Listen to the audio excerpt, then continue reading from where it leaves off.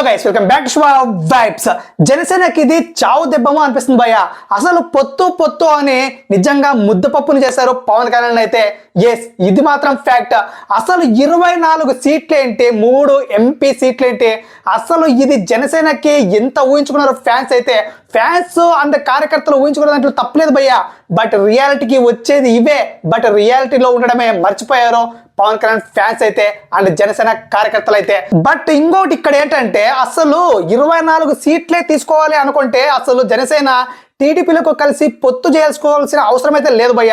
Independent గా పోటీ చేసినా కనీసం అటు ఇటుగా వచ్చేవేమో.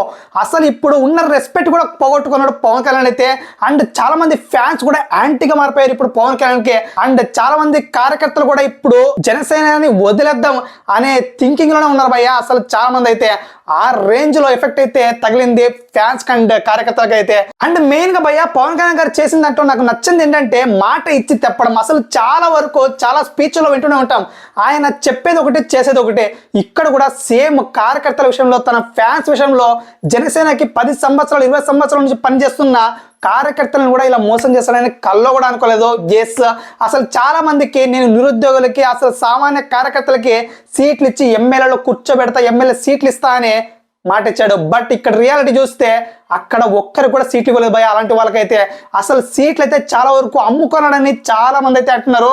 అది ఎంతవరకు నిజం అనేది ఆయనకి తెలియాలి. అసలు ఒక అతను అయితే సీట్ ఇస్తారని ఏకంగా ఎన్నో డబ్బులు ఖర్చు పెట్టాడు. అండ్ భూములు కూడా ఇప్పుడు అమ్మేసి, తన ఆస్తి అమ్మేసి ఇప్పుడు రెడీగా సీటు వస్తుందనే కాసు కూర్చున్న టైంలో సీట్ ఇవ్వకుండా పవన్ కళ్యాణ్ గారు మాట తప్పారు. ఇప్పుడైతే అతను నిరాహార దీక్ష చేస్తూ ఒక టెంపుల్లో అయితే కూర్చొని ఇక్కడ జపం చేస్తున్నాడు అనమాట. సో మొత్తానికి ఇక్కడ ఏమి చేసినా ఇప్పుడైతే అసలు ఇంకా ఎమ్మెల్యే సీటు రాదు, ఏమీ రాదు. సో మొత్తానికి ఇప్పుడైతే చాలా నెగిటివిటీ స్ప్రెడ్ అయిపోయింది భయ జనసేన మీద అండ్ పవన్ కళ్యాణ్ గారి మీద అయితే.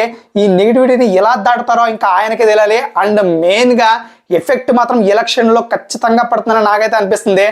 అండ్ మీకేమనిపిస్తుందో తప్పకుండా మన కామెంట్ లో తెలియచేయండి భయ్య. అండ్ ఆయన ఏ అనలైసిస్ ప్రకారం అసలు ఇలా మాట తప్పి వేరే వాళ్ళకి ఇవ్వడం అనేది ఎంతవరకు కరెక్టో తప్పకుండా మన కామెంట్ లో తెలియచేయండి. And please subscribe to Shiva vibes.